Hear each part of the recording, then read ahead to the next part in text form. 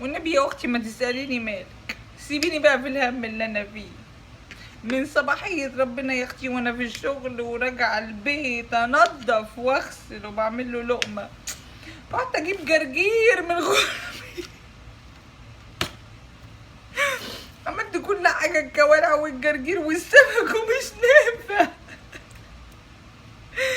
والله اقول له يا اخويا نفسي في حته عيل، انا بكبر في السن ما يغركش منظري، حرام عليك، نفسي اشوف ذريه صالحه يدخلوني الجنه. معيش فلوس انا يا اخويا زي اوبرا وينفري فريز ماي اكس، ما عندناش يا اخويا الامكانيات دي، ولا هو هنا يقول لي انت اللي زيك يجيب عيال وهو 60 سنه. ايه القر يا اختي الدكر ده؟ جوزك لما يقر عليكي كده والنبي صاحيه من النوم عندي صداع هنا وهنا وهنا وهنا، مش حاسه بمنظري، بصوا عامله ازاي، مش طبيعيه مش طبيعيه، في حاجه مش طبيعيه بتحصل، يا الله اكبر. ما يحسد المال لاصحابه والله.